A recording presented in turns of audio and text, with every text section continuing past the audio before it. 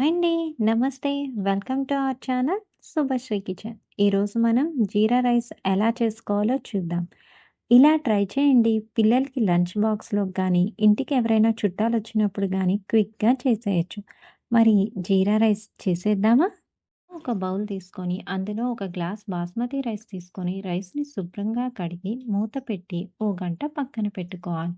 గంట తర్వాత stove on చేసి, స్టవ్‌పై బౌల్ పెట్టి, అందులో 2 గ్లాసులు వాటర్ తీసుకోవాలి. గ్లాస్‌కి 2 గ్లాసుల వాటర్ అయితే కరెక్ట్‌గా సరిపోతాయండి. ఇందులో ఒక బిర్యానీ ఆకు, అలాగే హోల్ గరం మసాలా, కొద్దిగా నెయ్యి వేసి, మనం కడిగి పెట్టుకున్నాం కదా బాస్మతి రైస్, మొత్తాన్ని ఇందులో వేసుకోవాలి. ఇలా వేసుకున్నాక ఒకసారి కలిపి ఉడికించుకోవాలండి. చూడండి ఇలా దగ్గర పడేంత వరకు ఉడికించుకోవాలి. ఇలా ఉడికించుకున్నాక మూత పెట్టి ఒక 5-7 మినిట్స్ బాగా ఉడికించుకోవాలి. మినిట్స్ తర్వాత మూత తీసి రైస్ చూడండి. రైస్‌ని ఇలా అంటే ఉడికింది కదా! ఇలా అయితే జీరా రైస్‌కి కరెక్ట్‌గా సరిపోతుందండి.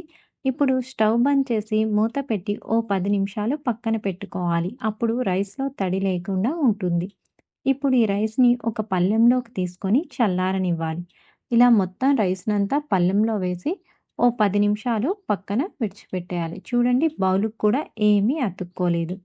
ఇప్పుడు స్టవ్ మీద కళాయి పెట్టి మంటని మీడియం ఫ్లేమ్‌లో పెట్టి ఆయిల్ వేసుకోవాలి. ఆయిల్ వేసుకున్నాక కొద్దిగా జీడిపప్పు వేసుకొని లైట్ గోల్డెన్ బ్రౌన్ కలర్ వచ్చేంత వరకు ఫ్రై చేసుకోవాలి. ఇలా ఫ్రై చేసుకున్నాక ఇందులో కొంచెం జీలకర్రని వేసుకొని అది కూడా కొద్దిగా ఫ్రై చేసుకోవాలి.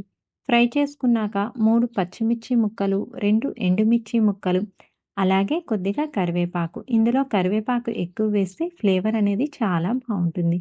వీటిని కొద్దిగా ఫ్రై చేసుకొని మనం చల్లార్చి పెట్టుకున్నాం కదా బాస్మతి రైస్, ఆ రైస్ అంతా ఇందులో యాడ్ చేసుకోవాలి. ఇప్పుడు ఇందులో రుచికి సరిపడా సాల్ట్ వేసి అంతా బాగా కలుపుకోవాలి. ఇలా బాగా కలుపుకున్నాక కొద్దిగా కొత్తిమీర కూడా వేసుకోవాలండి.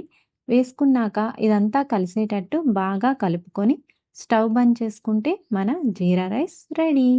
ఇప్పుడు దీన్ని సర్వింగ్ బౌల్‌లోకి తీసుకొని సర్వ్ చేసుకోవడమే. టేస్టీ టేస్టీ జీరా రైస్ రెడీ అండి. దీన్ని రైతాతో గానీ, paneer, mushroom, non veg curries దేనితో సర్వ్ చేసుకున్నా చాలా బావుంటుంది. మరి మీరు కూడా ట్రై చేయండి. మీకెలా కుదిరిందో కామెంట్ చేయండి. Please like, share and subscribe. Thank you. Thanks for watching.